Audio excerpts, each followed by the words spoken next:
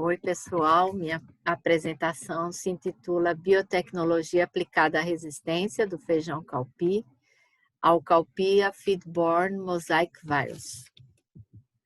O que é biotecnologia? Então, segundo a ONU, biotecnologia significa qualquer aplicação tecnológica baseada em sistemas biológicos, organismos vivos e seus derivados, visando fabricar, ou modificar produtos para alguma utilização específica. Então, inclui o uso de organismos vivos, plantas, animais, bactérias e fungos, e tem diversas aplicações e implicações. O tema da nossa palestra envolve também o feijão caupi, que é a espécie Vigna unguiculata. Então, essa espécie ela é bem conhecida por sua rusticidade, ou seja, ela é capaz de sobreviver em solos com baixa fertilidade, calor, um certo nível de déficit hídrico. E é interessante porque essa espécie tem uma diversidade morfológica e genética bem significativa que pode ser vista aqui nesses slides, pela diversidade de grãos, de tamanhos, de formas. E também é uma espécie com pouca erosão genética, ou seja, ela ainda tem muitos acessos não melhorados, o que significa que tem um alto nível de diversidade genética que tem potencial para o melhoramento. O feijão caupi também é parte da tradição culinária brasileira, Então, ele é usado no acarajé, no feijão tropeiro, em farofas, arrumadinho, saladas, mas ele também é importante para a indústria alimentícia mundial. Então, aqui tem alguns exemplos, de enlatados, conservas, Ele é usado também para fazer moyashi, em misturas de legumes congelados, vendidos em pacotes, como jardineira de legumes. Então, e é usado também para produzir feijões verdes. E como ele é uma espécie de leguminosa com muita proteína e um baixo teor de carboidratos, ele é considerado um alimento funcional. Ele é diploide, ou seja, ele tem 22 cromossomos, o genoma é razoavelmente pequeno, 520 megapares de bases, É metade do tamanho do genoma da soja, 1/7 da ervilha. As gerações são curtas, cerca de 2 meses e meio, o que é muito bom para o melhoramento e para o mapeamento. E, como eu já disse, ele se adapta bem a diversos tipos de clima e solo. Tem alto teor de proteínas, bem significativo para um grão de leguminosa, até 25%. E, como dá para ver aqui nessa figura, tem uma variedade significativa de cores, formas, texturas, mas nem tudo são boas notícias, Então, ele também pode sofrer estresses bióticos e abióticos. Isso foi a motivação para a gente criar o genoma, o consórcio genômico do feijão caupi. Então, entre os fatores bióticos, um dos que se destaca são as viroses, que são transmitidas por vetores que podem ser insetos ou anfíbios, no caso dessas duas espécies, E essas viroses, elas têm um significado bem importante. Uma das viroses, o CABMV, que é o motivo dessa palestra, ela é transmitida por pulgões afídeos ou ainda pelas sementes de uma geração para outra. Os sintomas, como dá para ver aqui nessa foto, aqui, são forte mosaico, bolhosidade nos folíolos, e o controle ele é feito com cultivares resistentes, sementes sadias e o controle dos afídeos, que é uma coisa bem difícil de controlar, infelizmente. Então, quando a gente compara essa virose com uma outra virose bem conhecida do feijão caupi, que é o vírus do mosaico severo, o CPSMV, a gente vê que o mosaico severo, ele, embora seja severo, como o próprio nome diz, dá para ver aqui o mosaico pode ser bem pronunciado. Ele já tem fontes de resistência entre os acessos de interesse comercial, tem um mapa genético, já se sabe o modo de herança, que é uma monogênica recessiva. Ele pode ser controlado a partir da aplicação de inseticidas, embora isso não seja uma coisa muito boa para o ambiente, né, do ponto de vista da sustentabilidade. E já há alguma iniciativa no sentido de seleção assistida. Já o CABMV, um dos problemas é que as fontes de resistência, elas não têm as características comerciais, né? Não tem ainda um mapa genético localizando esses genes associados à resistência. O modo de herança ele é controverso, né? Tem bibliografia que informa um modo, outras que informam outra. O Dr. Félix deve ter falado um pouco sobre isso, porque é um projeto que nós também participamos com ele. O controle, como eu disse, dos afídeos é complicado. Então, em geral, envolve a eliminação das plantas, às vezes da plantação toda, né? E não há nenhum marcador molecular que permita a seleção assistida.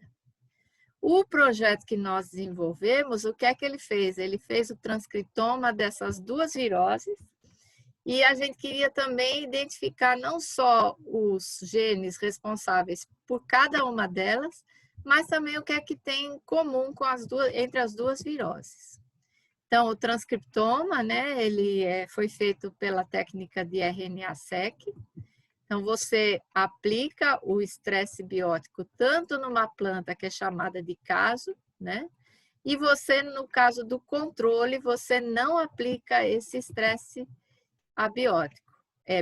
Então, aqui nós aplicamos os vírus e a outra planta controle ela não sofreu nenhum estresse. Então, as plantas inoculadas com patógenos, em geral, você tem que ter triplicatas técnicas para que a análise possa depois ser submetida a uma estatística robusta. E a planta controle inoculada com água, também triplicatas. O RNA mensageiro é capturado através da cauda poliar e depois é convertido para DNA pela transcriptase reversa, gerando os cDNAs. Tudo isso em triplicata, como eu falei. Depois, essas amostras elas são quantificadas, ligadas a adaptadores e elas vão para o sequenciamento, que no caso do nosso projeto foi feito pela plataforma Illumina HiSeq, pela técnica de paired end. Aqui está mostrando o desenho experimental do nosso projeto. Então, as plantas passaram pela germinação e depois de 21 dias, quando a gente já tinha no mínimo 2 pares de folhas verdadeiras, a gente submeteu as plantas à injúria, no caso as plantas inoculadas, para que isso facilitasse a penetração do vírus, né? E depois da injúria foi feita a aplicação do vírus na área injuriada. Então, essa inoculação, depois que ela ocorreu, a gente teve um tempo 1, que foi um tempo de 1 hora após a inoculação, onde as plantas foram coletadas, as amostras, para fazer a extração do RNA, e o tempo 2, que foi com 16 horas. O desenho experimental, ele envolveu, no caso do potivírus, o vírus do CABMV, o parental resistente, que é o IT85F2687, e no caso do mosaico severo, o BR14, né? Mas vocês vejam que esse parental resistente aqui, ele é suscetível ao outro vírus, e a mesma coisa, esse aqui é suscetível ao outro vírus. Então, nós também conduzimos um cruzamento entre esses dois acessos. Para o RNA-seq, apenas os resistentes foram sequenciados. Já para fazer o mapa, né, nós vamos ter no mapa a análise dos 2 parentais e da progênie, né, das linhagens recombinantes. E, além disso, nós sequenciamos os genomas completos desses 2 acessos, porque a nossa intenção era ter os genomas para comparar os dados RNA-seq com os dados genômicos. Então, aqui só mostrando para cada biblioteca, né? A gente teve uma cobertura muito boa. Então, nós tivemos, no final, mais de 500 milhões de sequências, que a gente chama de reads, e essas sequências elas foram montadas ou comparadas, alinhadas entre si, e geraram quase 370 mil transcritos. Aqui só está mostrando a forma de anotação contra esses transcritos, que é feita contra diversos bancos de dados de sequências anotadas e curadas. Então, aqui dá para ver que a gente teve uma indução e uma repressão significativa, né? Aqui, essa primeira coluna mostra o mosaico severo aos 60 minutos. Vejam que teve mais de 5 mil genes induzidos e cerca de 3 mil reprimidos. Já o potivírus, no mesmo tempo, né, no outro acesso, no IT85, ele teve mais de 8 mil genes induzidos e 4 mil reprimidos. É bem interessante como as duas viroses, elas, em acessos resistentes, os dois, elas promoveram respostas bem diferentes. Então, o potivírus foi uma resposta bem mais exacerbada, né? Mas às 16 horas, vejam só que eles já são bem semelhantes. São mais ou menos 3 mil genes induzidos nas duas, e no mosaico severo, um número maior de genes reprimidos e às 16 horas comparado com o potivírus. É interessante porque todas essas anotações, elas são feitas sempre comparando a planta estressada com a planta não estressada. Por isso que a gente sabe dizer quem foi induzido, quem foi reprimido. Então, quando a gente olha, né, esse gráfico de Venn aqui, né, ele mostra em cada tempo ou em tempos compartilhados, mas a gente foi olhar esses 85 aqui que estão aqui em comum com todos os tratamentos. E vejam que interessante. No caso de 60 minutos com potivírus, é muito parecido com 60 minutos do mosaico. E esses são os mesmos transcritos, tá? E a mesma coisa acontece com 16 horas aqui e com 16 horas aqui. Isso motivou a gente a dar uma olhada específica nesses genes co-induzidos ou co-reprimidos entre os dois tipos de virose. Tem muito pouco estudo na literatura de plantas analisadas com relação a genes expressos para vírus diferentes. A pergunta é, será que vírus diferentes induzem o mesmo tipo de resposta ou a resposta é vírus específica? Então, vamos olhar aqui a questão primeiro da resposta global. Então, se a gente olhar aqui esse diagrama, ele é uma análise feita com as vias metabólicas conhecidas de plantas já estudadas e muito bem anotadas e curadas, né? Então, isso começou com Arabidopsis, arroz, e foi progredindo com outras. Essa via aqui, ela foi comparada com a da Medicago sativa, que é uma leguminosa também. Nessa análise, ela chama análise de MapMan. O que ela faz? Ela joga os nossos genes nessas vias e esses genes já se sabe, já se propõe o que é que eles fazem, em que momento da via eles estão, e a gente vê se esses genes estavam induzidos ou reprimidos, né?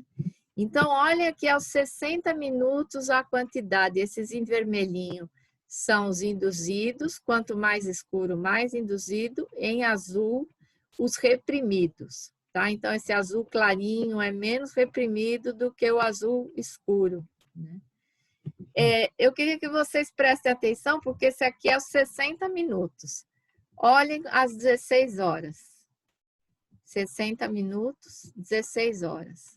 Vejam que tão cedo, já com uma hora depois da inoculação com o vírus, uma série enorme de coisas aconteceram na planta.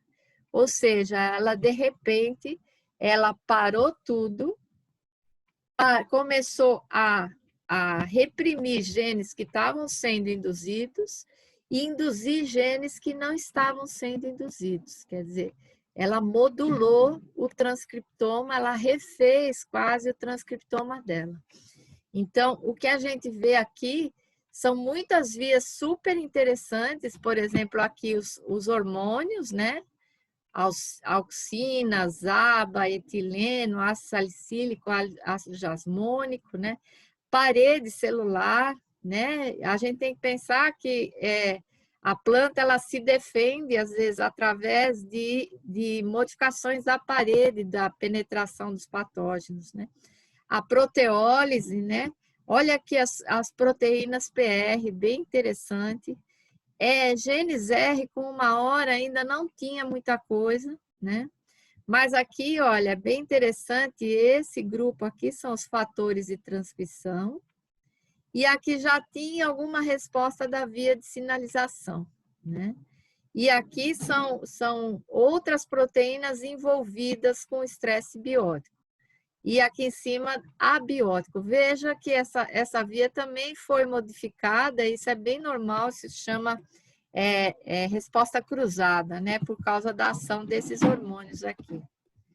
Então, às 16 horas, a coisa já tinha estabilizado.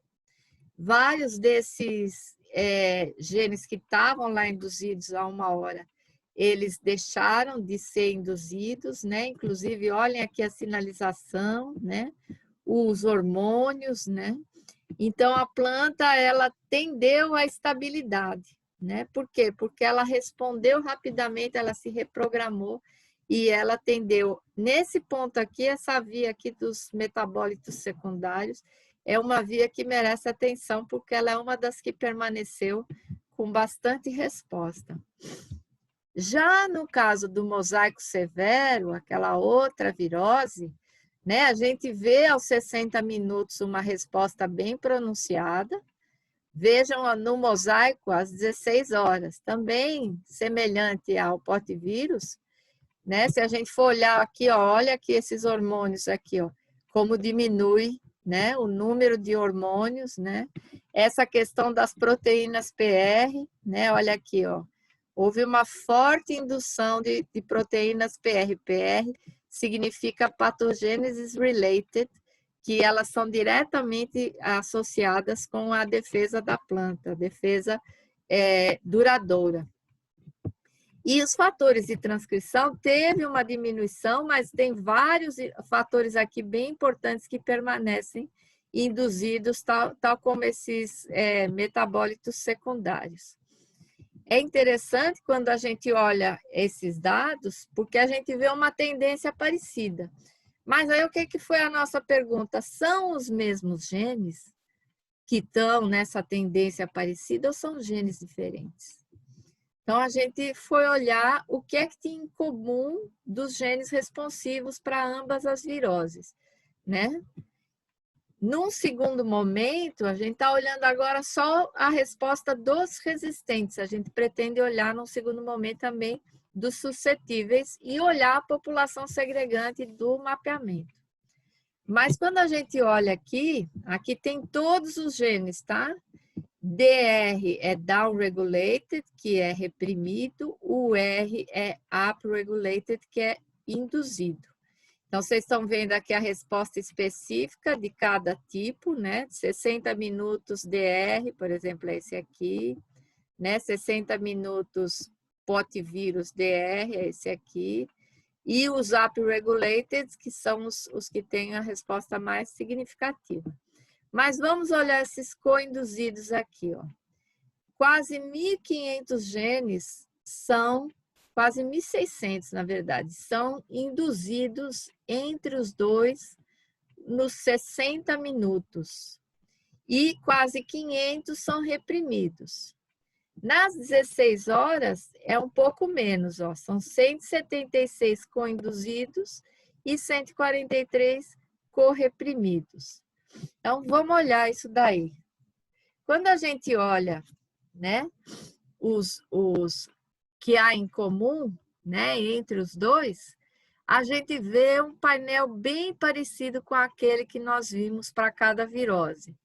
Ou seja, aos 60 minutos, tem muito mais coisa representativa do que às 16 horas, quando a planta ela já está meio que defendida, ou a gente considera que a planta, do ponto de vista molecular, tá? Ela já está com essa defesa, a linha de defesa estabelecida. Mas vejam aqui a mesma coisa, né? Vários fatores de transcrição. Olhem as vias de sinalização, quanta coisa em comum tem entre as duas aqui. Os hormônios, né? A parte da parede celular, né? E algumas proteínas PR também.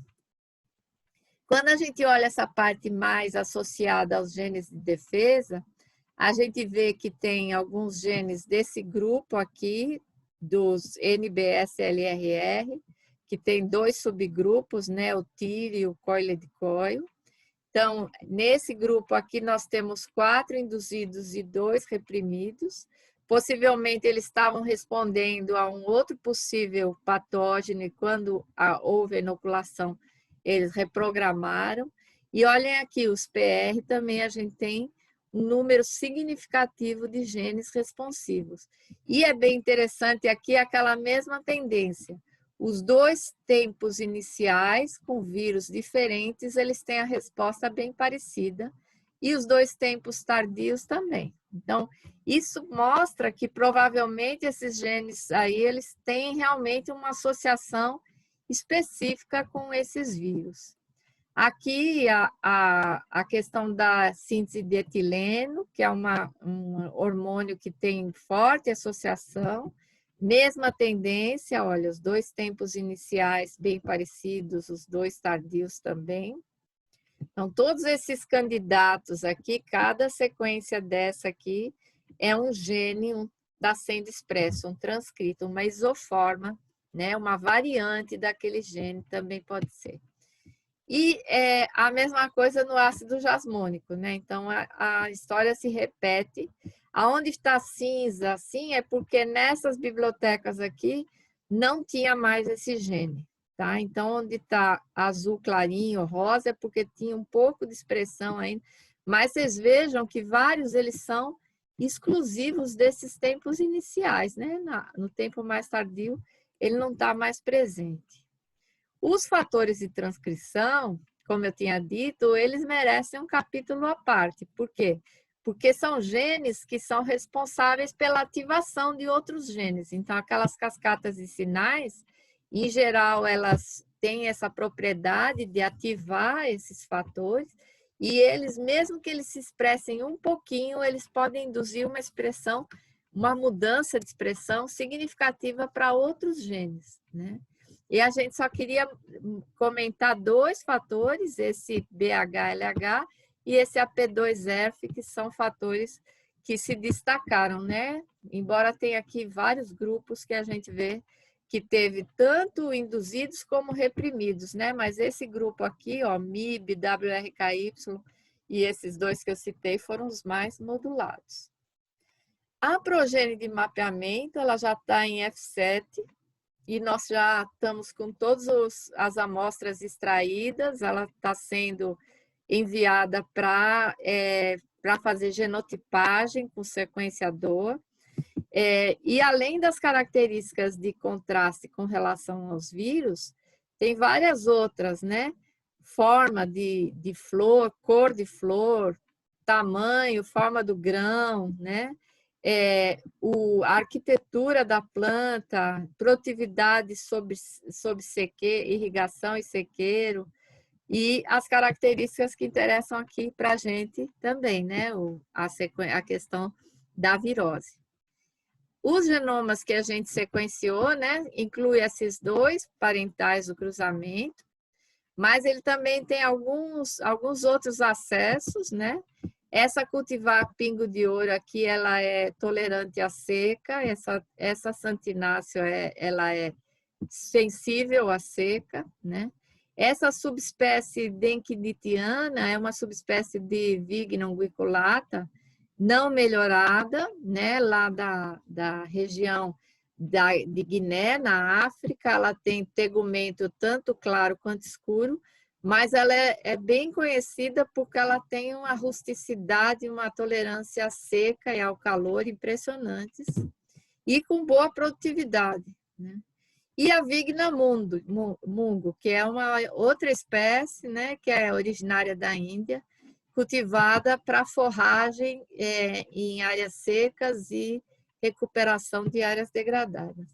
Então, a gente pretende, com esses genes candidatos, né, que a gente está identificando, avaliar também outros acessos para verificar se há variabilidade, né, de sequência das proteínas para tentar trazer esses dados para o programa de melhoramento do feijão calpi. Nós, então, já falamos um pouco de genômica transcriptômica, mapa genético de genes candidatos, né? Agora a gente vai falar um pouco mais da forma como isso pode ser, de 2 exemplos, na verdade, eu vou falar, aplicado à biotecnologia. Então, um deles é via edição gênica, que é uma técnica chamada CRISPR-Cas9, e o outro via transgenia. Para a edição gênica, o que nós escolhemos? A gente esteve verificando em outras plantas quais são os genes que têm sido usados para conferir resistência a potiviroses, né? Como é o caso do CABMV. E a gente esbarrou numa pesquisa que envolvia esses fatores de iniciação chamados EIF4E. Esses fatores, eles são responsáveis pelo início da tradução. Então, eles permitem que o RNA mensageiro se associe com a maquinaria dos ribossomos. Então, aqui tem uma figura ilustrativa, né? E aqui o EIF4E, que é um dos fatores mais importantes nessa associação. Ó, aqui é a cauda poli-A, né? E aí isso é chamado de complexo EIF4E, né? Ele se associa com essa região aqui, 40S do ribossomo. As plantas, normalmente, elas têm mais de um gene codificante desse fator, mas elas só precisam de um. E o vírus, por sua vez, ele precisa do segundo gene para que ele consiga infectar a planta. Então, se você nocautear o segundo gene, a planta continua o seu maquinário ribossomal de transcrição normal, porém o vírus não consegue infectar a planta. Então, isso foi verificado em várias espécies de plantas, né? Então, o que nós fizemos? A gente desenhou primers e amplificou essas sequências do feijão calpi, dos 2 acessos, do resistente e o suscetível, o IT85, né? E o BR14. E aqui só está mostrando o produto do EIF4E, produto da PCR, e da segunda isoforma, que é o EIF-ISO4E. Depois a gente isolou essa sequência, né, do gel e mandou sequenciar o DNA. E aí depois a gente traduziu ela para proteína. O que nós observamos é que tinha essa cultivar boca negra do feijão calpi, que a gente sequenciou também, ela é suscetível ao potivírus, né? Como o BR14 mulato também. E esse IT85, como eu falei, ele é resistente. Vejam que ele tem uma mutação aqui, ó, que confere um outro aminoácido, né? Então, no lugar da prolina, aqui tem uma arginina.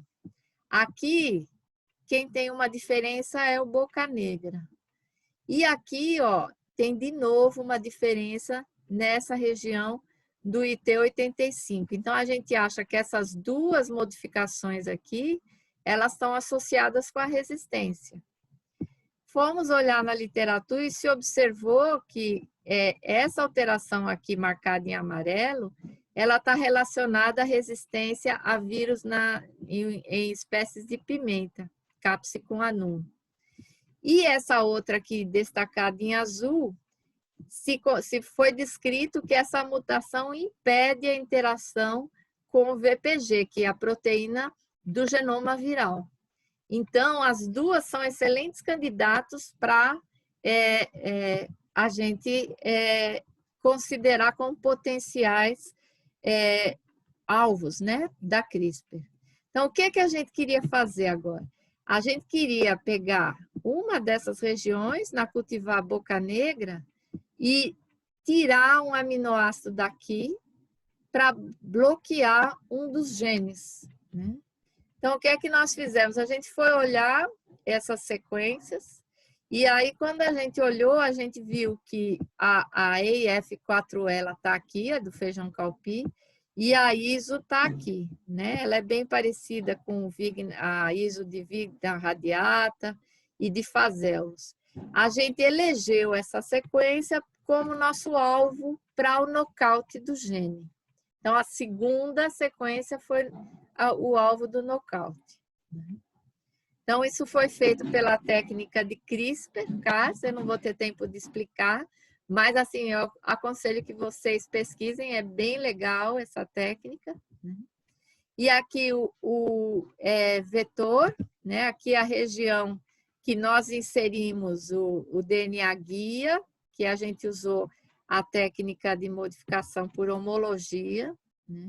E esse vetor ele foi inserido na planta do feijão calpi, naquela cultivar boca negra, usando a transformação via Agrobacterium tumefaciens. Então, aqui só mostrando o resultado, né?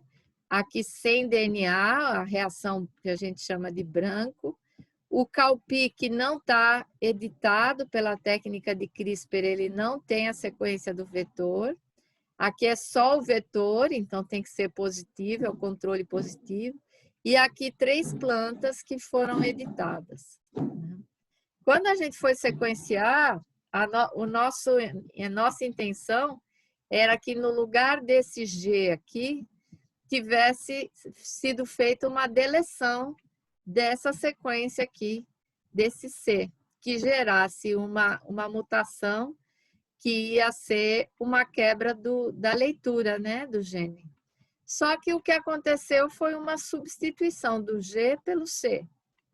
Então, isso substituiu uma alanina por uma prolina. Pode ser que essa modificação tenha gerado uma falha, né? Não existem outros iniciadores que têm essa mesma substituição. Então, nós estamos agora verificando se isso pode ou não ter gerado um erro para que a gente tenha transformado a boca negra em uma cultivar resistente ao potivírus. Então, agora a gente está avançando gerações em casa de vegetação e a nossa intenção é avaliar isso em seguida. Uma outra abordagem que a gente tem realizado é a análise das vias associadas com a resposta à defesa, né? Então, com base nisso, né, em várias coisas que eu mostrei aqui hoje, né, a gente tem olhado várias dessas vias, né, as cascatas de sinalização, as vias hormonais, e um dos focos do nosso grupo tem sido os genes relacionados à patogênese, né, os Pathogenesis Related Genes, ou PR genes. Esse grupo PR, ele inclui 3 grupos que têm proteínas muito curtinhas, chamadas de peptídeos antimicrobianos, ricos em cisteínas. Então, as 3 categorias que incluem esses peptídeos antimicrobianos são a PR11, 12 e 13, e eu vou falar um pouco agora de um dos candidatos que a gente identificou, uma PR12, que é a classe das defensinas. E essa figura aqui é de um artigo de revisão do nosso grupo. Então, essa defensina que a gente está usando aqui, porque a gente tem olhado, procurado, né, minerado essas defensinas, não apenas nas nossas plantas, mas em outras plantas, principalmente plantas resistentes, extremófilas, plantas que sobrevivem a condições desafiantes. E a gente pegou uma defensina do melão de São Caetano, que é a espécie Momordica charantia, é uma curcubitácea, e transformou o feijão calpi com essa defensina, usando a técnica de bombardeamento gênico, né? Que é uma técnica que ela depende de um gene gun, né? Uma espécie de um equipamento que faz esse bombardeamento e que nós temos lá no laboratório. Então, a gente aqui está mostrando o vetor. Esse vetor ele tem um gene que confere resistência a um herbicida, o imazapir, né? Então, a gente colocou, né, o gene da defensina nesse vetor e transformou, né, o feijão calpi usando o bombardeamento. Depois, nós selecionamos as plantas transgênicas. Nós tivemos, no começo, 18 eventos que passaram pela seleção. Depois, esses eventos, quando você volta a colocar eles para serem para crescer no meio com o herbicida, alguns se vão. Então, no final, nós tivemos 7, depois a gente só confirmou 5 pela biologia molecular.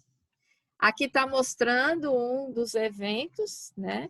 O que nós fizemos, então? A gente pegou e inoculou com o CABMV, com o vírus do mosaico severo, e a gente vê que na primeira semana, as plantas transformadas, elas responderam melhor do que o tipo selvagem, que já tinha morrido com 1 semana depois da inoculação. Mas com 3 semanas, todas as plantas apresentaram sintomas. Então, para o mosaico, para o vírus do CABMV, para o potivírus, essa técnica não funcionou. Mas essas defensinas, elas são interessantes também para fungos. Então, a gente usou um inóculo de macrofomina faseolina, que é um fungo que provoca a podridão de carvão, né? Charcoal rot, e ataca todas as leguminosas. E vejam que todos esses eventos aqui mostram que as plantas elas sobreviveram de uma forma impressionante, né? Então, a gente vê que aqui são vários eventos, né? Daqueles 5 que a gente tem os transformantes, e o que a gente vê é que, como algumas plantas ainda elas são heterozigotas, elas responderam de uma forma um pouco heterogênea. Mas quando você compara isso com o tipo selvagem, né, onde teve sintomas claros da doença, a gente vê que a resposta foi muito boa. Esse vírus é o vírus mais destrutivo, né, considerado um problema global, por exemplo, para a soja, mas para outras leguminosas também. Então, a gente está selecionando os homozigotos, e a gente vai repetir agora, já está em andamento, na verdade, esse experimento, né, com plantas 100% homozigotas. Então, as conclusões, eu quero comentar, né, que a planta ela responde muito rápido, com 1 hora, né, ela já tem uma alta modulação de uma reprogramação do transcriptoma, em comparação com o tempo 16 horas, né, para ambos os vírus, né, mas para o potivírus de uma forma mais pronunciada. Várias dessas assinaturas em comum para viroses, para essas 2 viroses, né? Elas são interessantes, principalmente a questão da transdução de sinais e os fatores de transcrição. Então, a gente acha que tem aí potencial para identificar genes para outras viroses também. No caso dos fatores de iniciação, né, a gente considera que eles podem estar responsáveis pela resistência duradoura. Então, nossa intenção é desenhar primers para amplificar e sequenciar isso em outros acessos e ver se eles são úteis para a seleção assistida, né? Você não precisa de transgênico, você talvez possa trabalhar isso com cruzamentos e com melhoramento convencional. Os genomas completos e os mapas de ligação devem ajudar a gente a identificar outros genes interessantes, inclusive nesses acessos não melhorados, né? E essa nova defensina que eu estou descrevendo aqui, ela tem um potencial enorme para resistência a fungo, né?